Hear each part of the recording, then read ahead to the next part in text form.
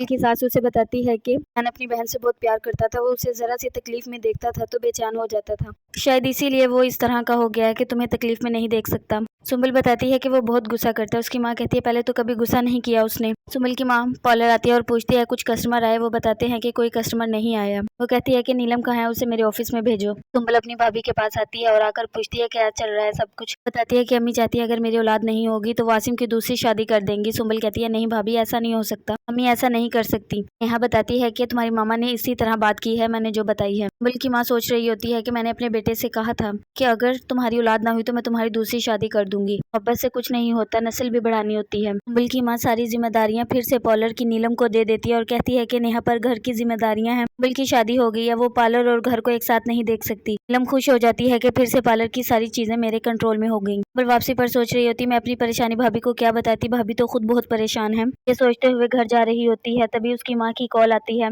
वो सुम्बुल से पूछती है कैसी तबीयत है, क्या कर रही हो। सुम्बुल बताती है कि मैं घर गई थी, जिस पर उसकी माँ कहती है बेटा मुझे बताकर चली जाती, मैं भी आ जाती। सुम्बुल कहती है नहीं बस मैं भाभी से मिल आई हूँ, अब तो मैं घर जा रही हूँ, फिर दोबारा कभी चक्कर लगाऊंगी तो आपसे मिल कर जाऊंगी। तो उसकी माँ कहती है चले ठीक है, अगर मेरा टाइम मिला तो मैं खुद चक्कर लगा लूंगी। सुम्बुल बैठी होती वेट कर रही होती है, तभी अलियान आता है और आकर कहता है कि तुमने आज नहीं पूछा मैं क्यों लेट आया हूँ। कहती है तुम्हें हर बात मेरी बुरी लगती है, इसलिए मैंने मुनासिब ही नहीं समझा। अलियान कहता है ये तो बहुत अच्छी बात है, पूछते आज ऑफिस से जल्दी आ गए हो। जिस पर अलियान कहता है टाइम फ्री था, मैंने सोचा घर चक्कर लगाऊं। उसकी माँ कहती है ये तो बहुत अच्छी बात है, वैसे तुमने सुम्बुल को ऐसा भी क्या कहा है, क्या जुल्म कर रहे हो उस पर कि वो टूट कर रो पड़ी है। उसके साथ कुछ तो गलत कर रहे हो जो वो मजबूर हो गई है मेरे सामने रोने पर। अलियान कहता है मैं तो उसे बहुत मोहब्बत करता हूँ, ऐसा तो हो ही नहीं सकता कि मैं उसे तकलीफ दूं। पता नहीं उसने आपके सामने क्यों रोना शुरू कर दिया, मैं उस पर कोई जुल्म नहीं कर रहा।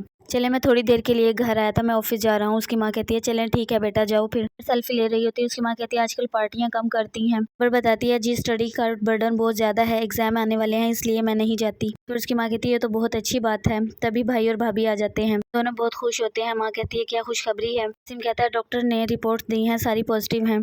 जिस पर उसकी माँ कहती है चले देखेंगे अब औलाद कब होगी। आसिम को ये बात सुनकर बहुत अजीब लगता है।